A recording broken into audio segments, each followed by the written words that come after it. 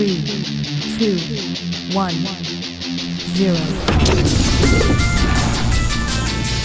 Welcome back to another episode of Anchors Away. I am Nate Karsner, joined alongside by my dad, Kevin Karsner, and it's exciting to be here. You know, we're hitting a little bit of a interesting time in the Seattle sports world as, Kraken just are finishing up their season. Mariners are starting, but the Sounders are actually kind of in the middle of what's going to be a fun couple weeks for them. Oh, yeah. But before we really dive into everything, how are you doing? I know it's only been a couple days, but, how are you? Hey, we're hopefully getting back into the cadence of things. Yeah. Weather here in Kentucky is starting to turn very nice. It's going to be in the 80s this weekend. So I think spring is officially here, kind of kicking us off for the nice things. Got a lot of stuff this weekend to do. So, yeah, looking great. Forward to getting to hang out with you this weekend. Yep. And again, just, like you said, there's a lot of stuff going on with Seattle sports. So it's kind of fun to be on this side of the world, getting to, wear the gear and get to puff our chests out a little bit for doing some things right for once. Exactly. Right. So, especially walking around Cincinnati, going against Cincinnati fans. Especially with the Reds not doing we got Winker and Suarez now. Yeah. I mean, the Reds they're doing what they kind of expected to be doing, not winning games. But so like most, or I think every episode so far, we always start with the question. And then lately I've been kind of taking the lead on running the show. Tonight we are going to mix that up. I still have a question that we'll start the show off with. But then my dad and Kevin is going to lead the show, and I'll kind of fill in where I need to and when I want to. So lately we have been doing usually Mariners or Seahawks trivia. So today with the Sounders, playing overall well. I think they're number one in the MLS power rankings. Right. They got the CONCACAF the finals coming up here next week. Right. I decided to do a Sounders question.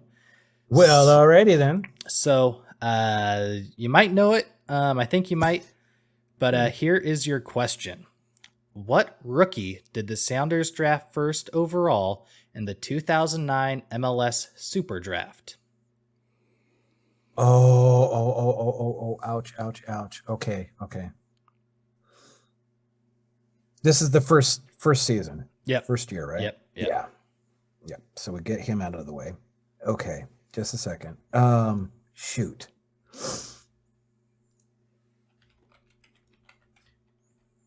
Oh, I should know this. And I'm drawing a blank. Why?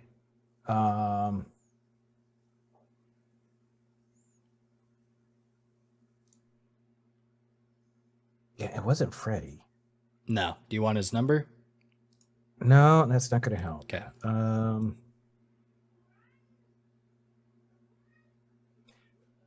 It's as soon as you say the name, it's going to hit me.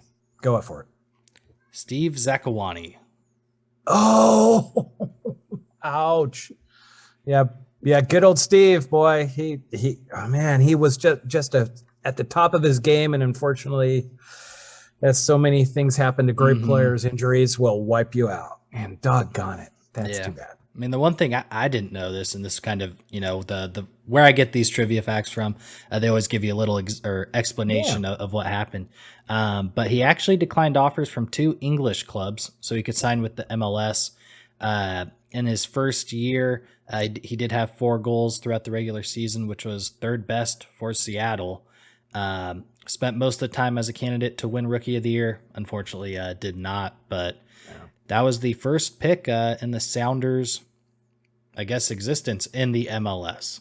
So starting in 2000. That's awesome. Yeah. Not a bad pickup at all. And they've shown they can actually draft as well. So yeah, that is true. They do know what they're doing when it comes to, picking guys and then obviously developing them into being legitimate MLS players. So absolutely. Very cool for them.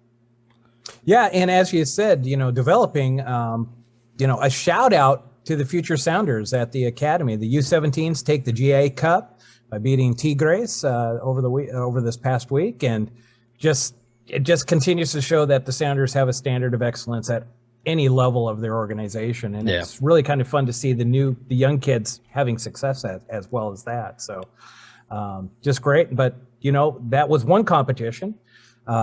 we got after the unfortunate loss to Inter Miami. 1-0. Yep. Yeah, we won't talk about that. That just was a thing.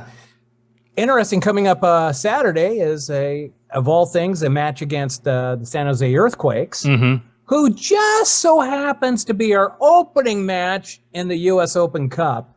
A round of 32. Do you happen to know when that match will take place? The round of 32 for the U.S. Open Cup? Against San Jose, yes.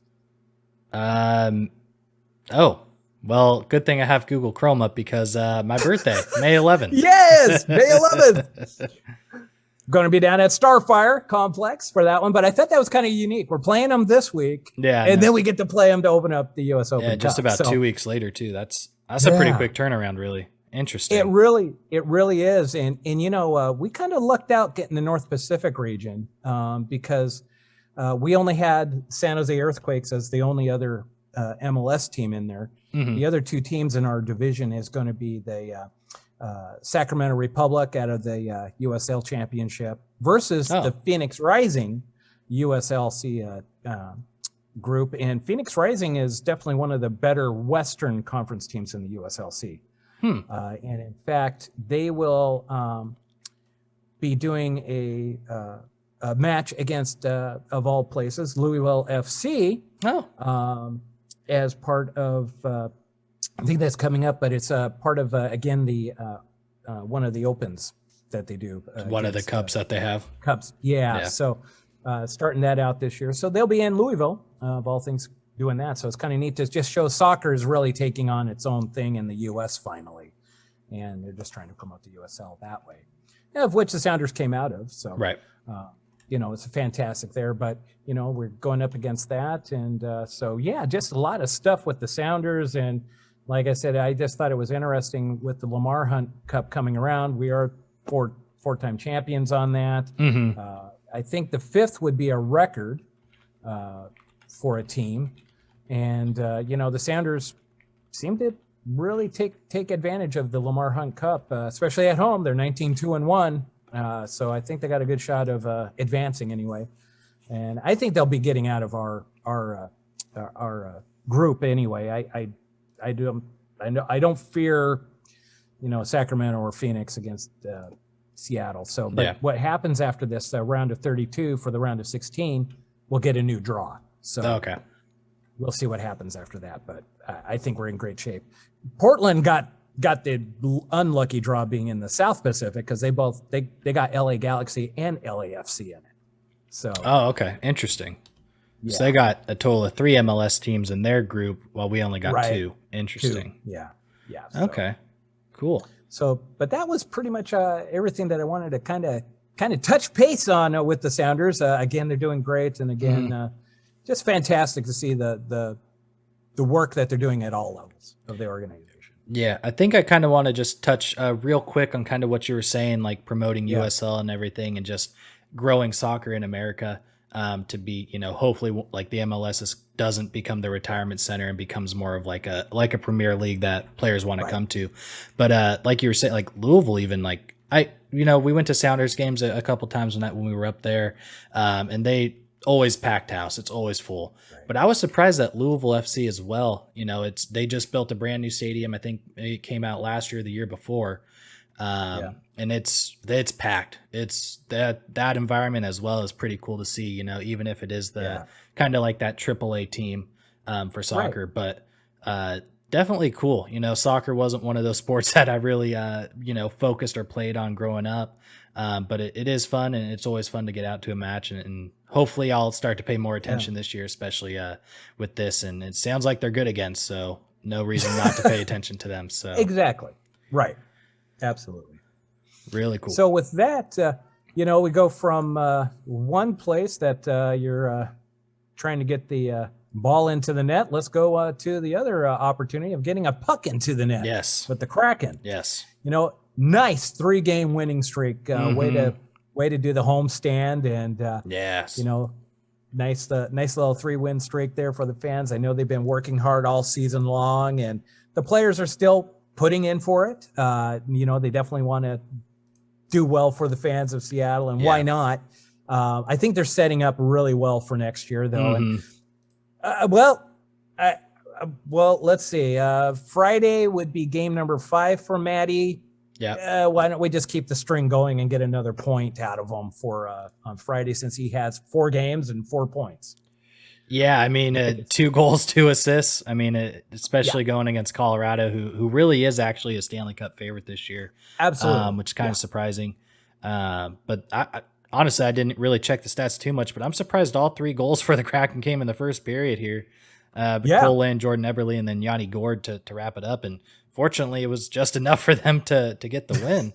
But yeah, Matty Beniers, like you were saying, like if he can get another point here, they just had it up against Minnesota, another really good team, but I think doable for sure.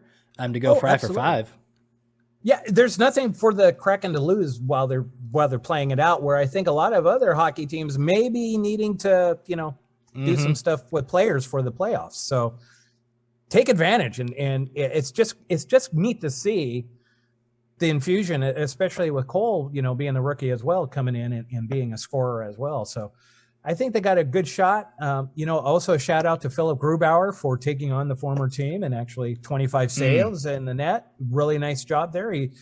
They were coming on at one point, and he stood still, strong in there, and was a great netminder for him. So, yeah, fantastic. So, yeah, I can't wait to see them go up against the Wild. Like you said, they have some mojo right now. So let's just keep it going. I think also the fun thing here too is, we're not in a playoff hunt whatsoever, but it is kind of fun to play spoiler for some of these teams that are in the hunt.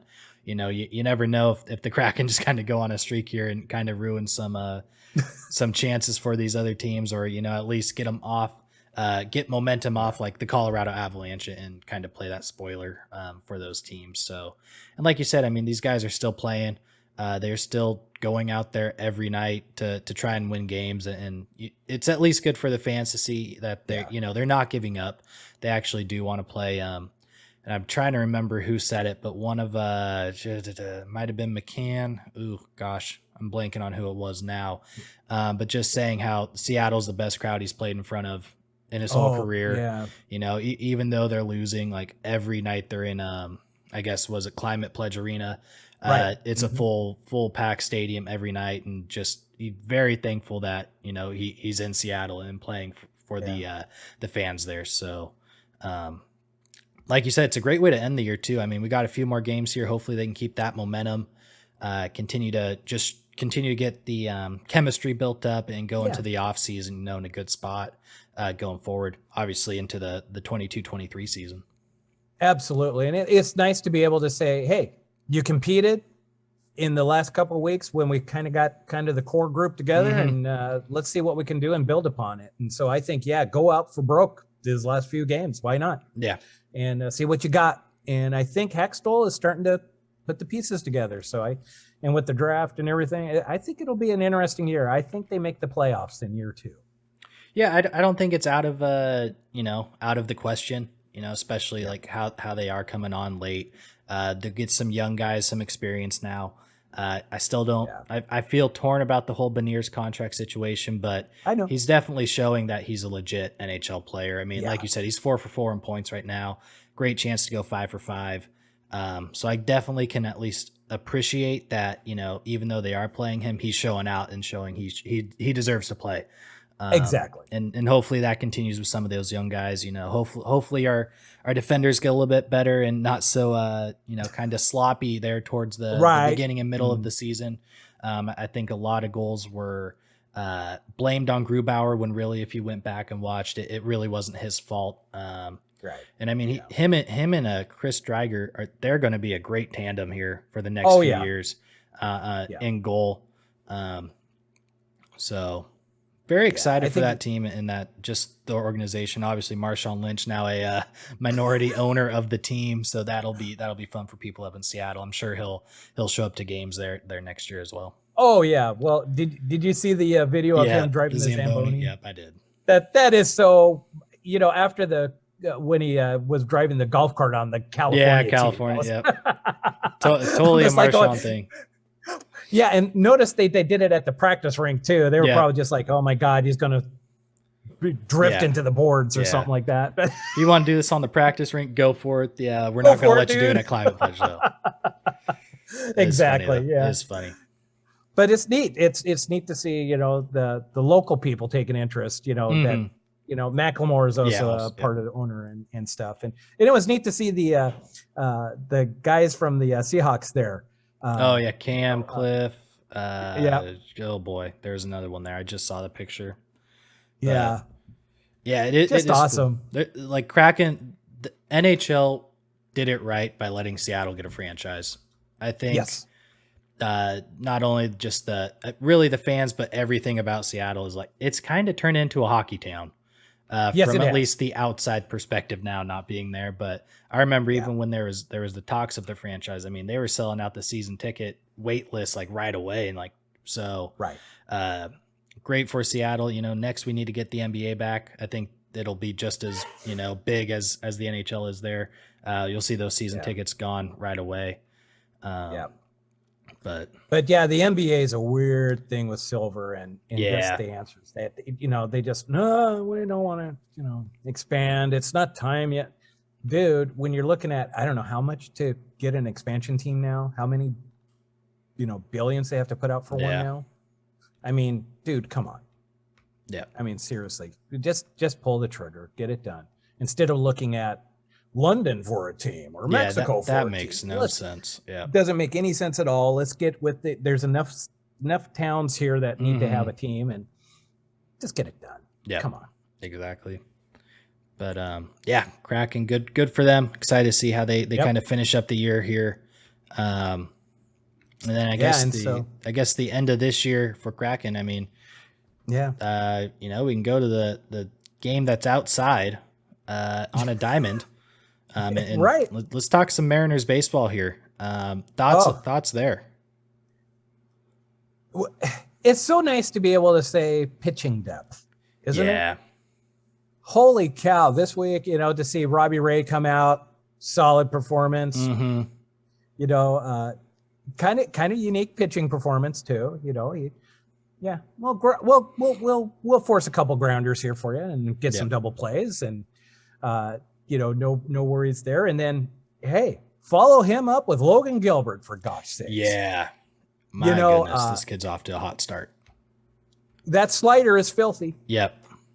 That is a nasty pitch when it is on. And it was nice to see him go to the secondary pitches the first time through the lineup, which was kind of unique. He normally doesn't do that. On that fastball slider for at least 2 rounds, but he was throwing in the change and the curve, and that was keeping batters honest. And I think he's really starting to pick it up as to what are the major league players trying to do to him. And he's now saying, oh, I got these other pitches too. Let me just throw one out here. And sure enough, boy, when he throws that slider and you're not ready for it, goodbye. Good night. Yeah. So, and for the kid, not bad. 2-0. Oh, and I think he leads the majors with a 0.54 ERA. Yep. 0.54 through 3 starts. Holy cow. That's that's impressive. Dominant. Yeah. And then what was the other little trinket they kind of went over? I think last night's game, they kind of mentioned that the only other pitcher that had after 3 starts with a strikeout to walk ratio was of all players Roger Clemens. Huh. He was the last player to have that kind of a stats line after 3 games with 15 strikeouts, 1 walk. So I think Logan is setting himself up very nicely this year, and so not bad for a number 2. No, if he can stay that way 0.54 ERA the whole year. Yeah. Cy Young winner, probably. Yeah. It could be if he stays pitching like this. Who knows? Yeah. I mean, he's going to. And so we got Marco going to this evening. I'm hoping he picks up right where he left off. I don't see why he wouldn't. And then, of course, coming up Friday night, I guess the night when this gets launched, we'll have Kansas City and Bobby Witt Jr. in town. Yep. So hopefully we can keep it going. The battle of the potential rookie of the years in the AL, Yes. Bobby Witt and Julio. Yeah. Yeah, I mean, so let's we're 7-5 right now. Yep. Obviously, we won't know what happens with the Texas game tonight. Hopefully, like you said, Marco pitches the way he did last week against Houston. Just kind of picks up where he left off, is accurate again, throws pitches for strikes, expands the zone, and we kind of do what we need to and sweep the Rangers. So let's pretend we go 8-5 here. Does it feel different, or does it feel like we're going to get hyped in April and then all of a sudden our dreams come crashing in June and July? Yeah, I was kind of wondering, is this are we getting set up for the fall kind of Yeah. like, because again, being the old Mariners fan, Yep. we've gone down this road before. We had about 5 years where it was kind of fun. Yep. We felt like, okay, they could win and do something. Mm-hmm. And then after 01, it was like, oh, same old Mariners. We're going back to the 70s and 80s of, Yep. garbage play. I think it feels different with this team. Just because I don't think it has the baggage. And when you look at how many players have really been with this team from even last year, Mm-hmm.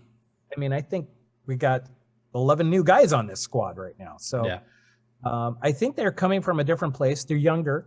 Whereas before we had a really heavy veteran-laden team Yeah. that we would try to, get the off-the-shelf veteran or whatever. Yeah, he's got maybe 2 more years left. Let's try him out, Right. kind of thing. Instead, this has been being built up from the bottom, kind of like what Houston did in the successful years, kind of like what Tampa Bay has done in their successful years. So I think they kind of switched it around. And of course, that started with Dipoto and Service. Yep. Stick to the plan. This is what we're going to do. Give us those first 5 years. Let me see what we can do. And then let's, after that 5th year, and that they've been very, very transparent about it. They didn't say we were probably going to make it until at least 22 or 23. Yeah. They're right on schedule. I think these guys are going to do it. I don't think they know better that they can't do it, kind of thing. And, but again, it's the pitching. We got such good pitching right now. So, and the depth of pitching. Mm-hmm. You can have a starting 5 rotation, but once you have an injury, if you don't have depth, forget it. Yeah. So, I mean, we got stuff, Depoto's stashed some security tokens, not too far away. Mm-hmm. So I kind of like it. Lots of things are going on. It's unfortunate right now too, because of the COVID outbreak that the team's going on. Yeah. Mitch is out. A couple coaches are out. Torrens is out. Yep. You got Seawald on the bench as well. So hopefully they can get that rectified pretty quick. I know pretty much everybody's vaccinated, so hopefully they'll get Shouldn't be tests. as bad as it could have been a couple years ago. Absolutely. But again, it's a good reminder, geez, we aren't totally out of COVID. Yeah. So we still got to be taking those steps to not totally wipe out. Yeah. Thank God they're vaccinated. So Yeah, still a thing. Even though sometimes it definitely feels like it isn't, and we all just kind of move on with our day and forget about it. But I mean, it is a good just reminder. Like you never know. It is out there. You never still. know. Exactly. Don't let your guard down. Although it's kind of nice to be able to walk around without a mask on all the time. Yeah, of course. We haven't gotten totally out of it, so it was a good reminder. But because of that, Chris Negron 1-0 as a manager, so I think he's has the highest win percentage of all managers for the Mariners right now. There we go. It's 1,000, and then first time in Mariners history that a former player is going to go from the announcing booth back to the field. Who's that? Dan the Man Wilson. Oh, interesting. Is he going to be Yeah, coaching? he started out. He's started out the Texas series in the booth last night, and now today he's actually putting on the uni, and he's going to be a coach in the dugout. So interesting. Well, that's fun. I know he happened to be your favorite catcher for a while. Oh, long time. Long time. And it was neat to meet him and all that stuff too. So nothing like that, but yeah, I thought that was pretty interesting. So a lot of opportunities that are coming out of it, and it's kind of neat to see Julio get that time with Negron too, because he's definitely Negron working in the minor leagues. I'm sure has dealt with Julio a few times, so got a big hug from him yesterday. So just kind of exciting to see how they've set this thing up for success. And I guess that's back to your question, is this for the fall? I think they've set it up for success. So I think they have the mentality. We expect to win. We're going to play like we're going to win. And I think everybody's bought into that. Control the strike zone. Obviously, the pitching is controlling the strike zone. And then you see the players actually trying to control the strike zone. I guess probably the best player to control the strike zone is Jesse Winker right now. Yeah. Even though he's a man of hard luck, Yeah. he's doing everything right. Again, baseball is a game of luck. It's going to fall for him eventually. Oh, yeah. And maybe the triple play was his way of putting a cork in the bad juju. Okay, we got that out of all things, and now we can get on with the playing baseball and getting back to his normal, 290 and hitting a. Yeah, exactly. So, but yeah, I think this is for real this year. I think we can sit on their coattails and actually not get bummed in the month by the end of May. Yeah, I mean, I think you kind of said it best there. We do have some young kids, some not old by any stretch of the imagination, but some guys that have been in the league for a little bit. Just they all seem to and seem to be enjoying themselves, and it's easy to do when you're winning most of the games, but it just seems like the clubhouse is a little bit different, and act like everyone actually seems to be enjoying playing together. And it obviously nice to see Adam Frazier go 3 for 4 the previous night. He's hitting up. He's back up to 295, I think 294. Ty France 289. JP still in the 300s. It's also nice to see Julio starting to. He's still only getting about a hit a game. Still averages a little bit lower, but I think he's starting to see the ball and kind of starting to figure out the different or the major league pitching. Which I think is going to take time for anybody. Oh, anybody. So. And Kelnick is starting to come on too. So, let's see what happens in the month of June when the weather starts getting a little hotter and stuff. Whoa, these guys are going to take off. Yeah, you'll see the ball traveling farther. I mean, Suarez is hitting home runs, doubles, everything you need from him or what you'd expect from him. So I do it every year, but this year does seem a little bit different. And maybe we are in a wild card, if not a division series. In September and October, but it's fun. It's the Mariners though, so you never know. But I would agree. Yeah. It's just something. It's just a little different. Don't really know why. Like I said, I've done it every year since 2001 when I was 6. I expect them in the playoffs every year. They never make it. But maybe this is the year. It's different. Maybe it's the year. Yeah, and hopefully a sustained. Kind of going forward instead of just going, hey, we got in the wild card, we lost, and now we're back to 20 years again without. But it's kind of like you said though too. It's like they have the depth. Like eventually when let's say this is Flexen's last year, okay, George Kirby steps up, and now you got Brash, Gilbert, Kirby, Marco, and Robbie Ray obviously tied up for the next 5 year or 5 this year for next year. Julio's 21, Kelnick's like 23. Ty France is like, there's just so many. Noel V. Marte is going to be coming up probably when JP's contract is done. Like there is just so much, like you said, depth. Like Dipoto service really Dipoto, for being honest, made sure that this farm system was legit, and he had guys to come up when the older generation starts to move on. So like you said, hopefully it's not just the 1 year and we're rebuilding. It's a sustained long term thing, and it feels like it can be for sure. So. Right. And with Dipoto, I'm wondering if some of this, I'm sure Los Angeles Angels are looking back at it going, why did we let him go? Because look at where LA is. Yeah, they got Trout, they got Ohtani. But what have they done? Nothing. They're just wasting Trout's years. Yeah. And that's a shame. But I think Dipoto saw this as an opportunity to run the team his way. And the front office went, okay, it sounds like you have a plan. Yeah. Try it. Oh, shucks, it worked. Dang it. Yeah. I mean, the worst front thing office is going, whoa. Yeah, worst thing that happens is it doesn't work, and we just continue what we've been doing for the last 20 years. Like, the fans don't expect anything different. So, I mean, it was kind of a no-lose situation for the ownership to bring him on and see what he can do. And like you said, obviously, at least it appears that it's working. And like you said, that time frame when he came in, I think in like 16 or 17, it was that 5-year plan where we're not going to be good for a while, but just once Yeah. we get to that 5th, 6th year, we expect to be there. So We expect it. Yeah. And he set it up that way. Mhm. So kudos to him. And then because they're doing so well, hey, let's get the All-Star game in 23. So I know. it's going to be fun. So it'd be nice to be world champions too, to, Yeah. have that banner up there for the All-Star game. So Yeah. that would be nice. It's So possible. yeah, so it is a possibility. So yeah, I just thought it was kind of unique. Just a lot of stuff going on in Seattle sports right now, and it's kind of fun to see, especially from far away. Just the unique perspective that even the national sports kind of puts on things. But yeah. what's kind of crazy is here locally, when you are listening to Louisville sports radio, and they make just random comments about something from Seattle. Yeah. Whether it's in whether it's baseball or the Seahawks or whatever.